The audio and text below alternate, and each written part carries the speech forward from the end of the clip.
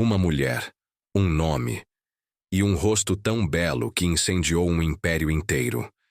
Dizem que ela foi a causa de uma guerra sangrenta que traiu seu povo por paixão, ou que foi apenas uma peça num jogo cruel entre deuses e homens.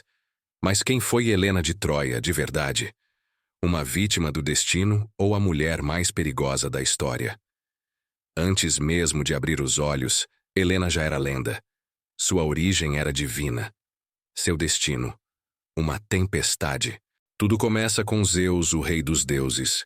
Sedento por beleza, fascinado pelas mortais, ele vê em Leda, rainha de Esparta, algo mais que uma mulher. Vê uma obra-prima. Para alcançá-la, Zeus não desce como relâmpago. Desce, como cisne. Delicado por fora, mas cheio de intenções.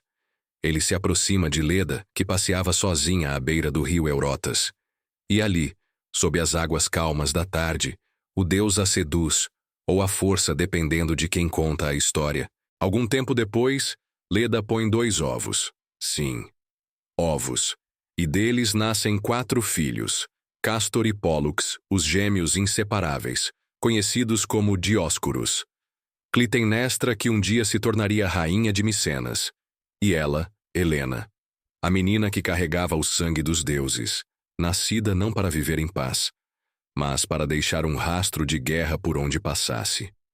Aprendeu música, dança, filosofia, mas era sua aparência que chamava a atenção mais do que qualquer virtude ou feito. Ainda jovem, foi raptada por Teseu, o mesmo que matou o Minotauro. Sim, Helena foi sequestrada. Tinha apenas 12 anos. Teseu a levou para Atenas, querendo fazê-la sua esposa. Mas foi resgatada pelos irmãos Castor e Pólux, que invadiram a cidade para trazê-la de volta. Essa foi apenas a primeira vez que Helena foi levada contra sua vontade. E também a primeira vez que um homem desafiou um reino por causa dela.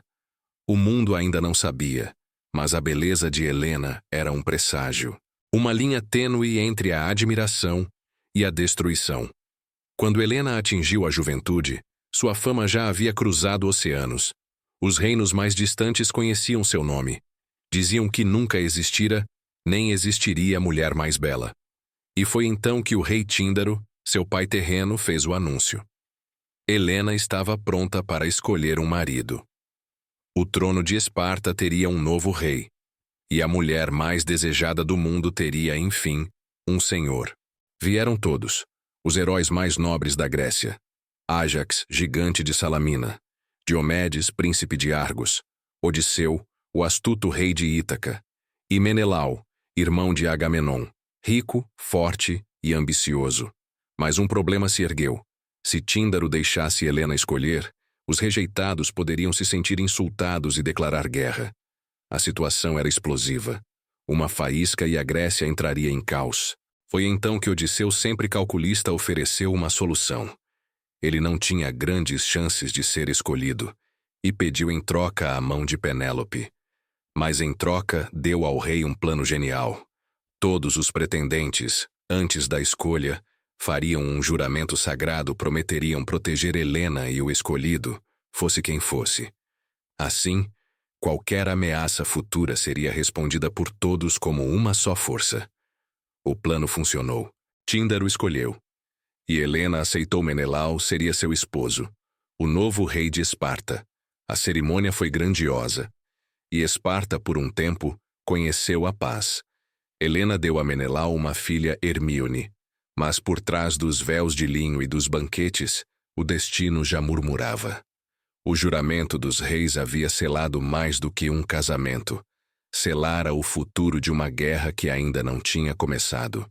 Enquanto Helena vivia sua vida de rainha em Esparta, no alto do Monte Olimpo, os deuses tramavam algo que mudaria o mundo mortal para sempre. Foi durante uma celebração divina, o casamento do mortal Peleu com a ninfa Tétis, que a discórdia surgiu. Todos os deuses foram convidados, exceto uma, Eris-Io, a deusa da discórdia. Ofendida, Eris não gritou, não brigou, apenas lançou com suavidade uma maçã dourada no meio do salão celestial. Nela estava escrito: para a mais bela, 3 deusas imediatamente se adiantaram: Hera, rainha dos deuses; Atena, deusa da sabedoria e da guerra; e Afrodite, a própria beleza encarnada. Zeus, sabiamente, recusou ser o juiz da disputa e indicou um mortal, alguém puro, afastado do poder: Paris, príncipe de Troia, pastor nas montanhas. Paris era filho do rei Príamo, mas havia sido abandonado ao nascer, por uma profecia que dizia que ele traria a destruição de Troia. Salvo por pastores, cresceu longe do palácio, sem saber quem era. Agora os deuses batiam à sua porta. Cada deusa tentou comprar sua escolha. Hera ofereceu poder torná-lo o rei mais forte da terra. Atena prometeu sabedoria e vitórias eternas em batalha. Mas foi Afrodite quem jogou a carta mais perigosa: escolha-me, e eu te darei o amor da mulher mais bela do mundo, Helena de Esparta. O julgamento foi feito. Paris escolheu a deusa do amor, e naquele instante o destino de Troia foi selado. Não pela espada, mas pelo desejo. Afrodite havia prometido e cumpriria. Mas para isso Helena precisaria deixar Esparta, deixar seu marido, deixar tudo, por amor ou por maldição. Paris chegou a Esparta como um embaixador, jovem, elegante, cheio de palavras doces e histórias da Ásia. Mas não foi só diplomacia que ele trouxe. Trouxe consigo a promessa de Afrodite. Helena, antes distante, se viu cativada. Alguns dizem que foi o amor à primeira vista. Outros que foi um encantamento divino. Talvez os dois. O certo é que Menelau precisou partir para Creta. E quando voltou, Helena já não estava mais lá. Alguns contam que ela partiu por vontade própria, consumida por uma paixão incontrolável. Outros juram que foi raptada, arrastada contra sua vontade. O rei de Esparta ficou devastado. Seu orgulho ferido. Seu lar desonrado. E o juramento feito anos antes, aquele selado pelas mãos dos pretendentes, foi acionado.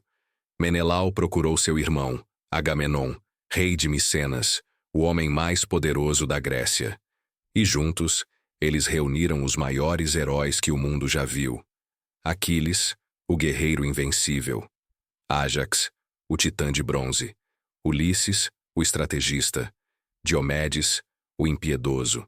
E até Nestor, o sábio ancião.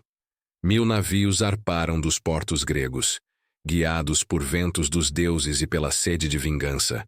Eles cruzaram o Egeu para destruir Troia. Tudo por causa de uma mulher. Em Troia, Helena foi recebida como rainha, mas nem todos estavam felizes. Muitos a viam como prenúncio de ruína. Cassandra, a profetisa maldita, alertou com ela: virão as chamas. Mas ninguém a ouviu. Troia a acolheu com ouro, coroas e véus finos. Mas por trás dos sorrisos e tapetes vermelhos havia desconfiança. Helena era a mulher mais bela do mundo, mas também a mais odiada. Caminhava entre os corredores do palácio com uma leveza sobrenatural, mas dentro dela pesava o sangue de milhares. Foi ela quem trouxe a guerra? Ou foi usada como desculpa? Durante os anos do cerco, Helena teve tempo de sobra para pensar. Nos poemas antigos, ela aparece dividida. Lamenta os mortos, mas permanece com Paris. Chora pelos gregos, mas vive entre os troianos. Helena dizia: quisera eu ter morrido antes de seguir com ele. Meu nome é maldito, minha beleza, minha prisão. Helena ficou em Troia. Dormia nos braços de Paris, mas sonhava com a filha deixada para trás. E com o fogo que ardia no coração dos gregos a cada novo combate, os mortos se acumulavam como poeira na alma de Helena. Ela assistia à guerra que levava seu nome, mas não empunhava espada. Não liderava exércitos. Era uma prisioneira da cidade, dos deuses, da própria lenda. Paris, em uma dessas guerras, acabou sendo atingido por uma flecha. Ele morre. Helena segura sua mão, fria pela última vez. Quando Paris morreu, Helena não chorou diante do povo, mas recuou ainda mais para dentro de si. E Troia sabia que o fim estava próximo. 10 anos de guerra. 10 anos de corpos enterrados sob o mesmo chão. Troia resistia, mas os deuses começavam a virar o rosto. E os gregos, famintos por vitória, decidiram mudar de tática. Foi então que Odisseu, o mais astuto entre os reis, teve uma ideia que não nasceu da força, mas do engano. Um presente, um símbolo de rendição, uma armadilha disfarçada de oferenda. Um cavalo de madeira, imenso, imponente, e oco por dentro. Dentro dele, esconderam-se os melhores guerreiros Odisseu, Menelau, Diomedes, entre outros. Enquanto isso, os gregos fingiram partir, abandonando seus acampamentos. Ao amanhecer, tudo estava vazio, e no lugar do exército apenas o cavalo. Um presente aos deuses, diziam os poucos que ficaram para entregar a mensagem. Alguns alertaram Laocoonte, sacerdote de Apolo. Clamou Temo os gregos, mesmo quando trazem presentes, e lançou uma lança contra o cavalo. Mas pouco depois, foi morto por serpentes marinhas, enviadas pelos deuses. Um sinal, para os troianos, era a aprovação divina. Troia comemorou. A guerra parecia vencida. Os cantos voltaram às praças, o vinho, às taças, e a vigilância ao sono. Quando a noite caiu, a cidade dormiu, e os homens do cavalo acordaram, saíram pelas entranhas da madeira como sombras, abriram os portões, e então os exércitos gregos que haviam se escondido voltaram. Troia ardeu, casas, templos, sonhos, tudo virou cinzas, homens foram massacrados, mulheres, feitas escravas, crianças, arrastadas para longe. Nem os deuses salvaram Troia, porque os deuses haviam previsto isso desde o início. E Helena, ela sobreviveu, foi encontrada por Menelau. Alguns dizem que ele ergueu a espada para matá-la, mas ao vê-la, sua beleza ainda o dominava. E ele a poupou. Assim, a mulher que iniciou a guerra também sobreviveu a ela, mas a Troia que a acolheu jamais se reergueria. Helena voltou para Esparta, ao lado de Menelau, mas nada era como antes. A rainha estava viva, mas o povo não a perdoou. A guerra ainda queimava nos olhos de cada espartano que perdera um filho, um irmão, um marido. Viveu seus últimos dias entre memórias e silêncios. Helena foi assassinada por Megapentes, filho ilegítimo de Menelau, que jamais aceitou tê-la como mãe. Mas há quem diga que Helena nunca morreu, que após a morte de Menelau foi levada pelos deuses ao Olimpo, ou que encontrou descanso nos Campos Elíseos, o paraíso dos heróis. Afinal, como poderia a mulher mais bela do mundo apodrecer como as outras? Helena foi deusa e prisioneira, amada e odiada, desejada e culpada. Por milênios, discutiram se ela foi vítima ou vilã, se traiu ou foi traída, se causou uma guerra, ou apenas refletiu o que já existia no coração dos homens. Talvez a verdade seja essa. Helena foi apenas um espelho que revelou o que os deuses, os heróis e os reis mais temiam em si mesmos: a fraqueza diante da beleza, a obsessão pelo poder e a eterna incapacidade humana de aceitar que o caos às vezes nasce do desejo. Se você gostou dessa história, inscreva-se no canal, compartilhe e deixe nos comentários. Helena foi culpada? Ou apenas mais uma vítima do destino?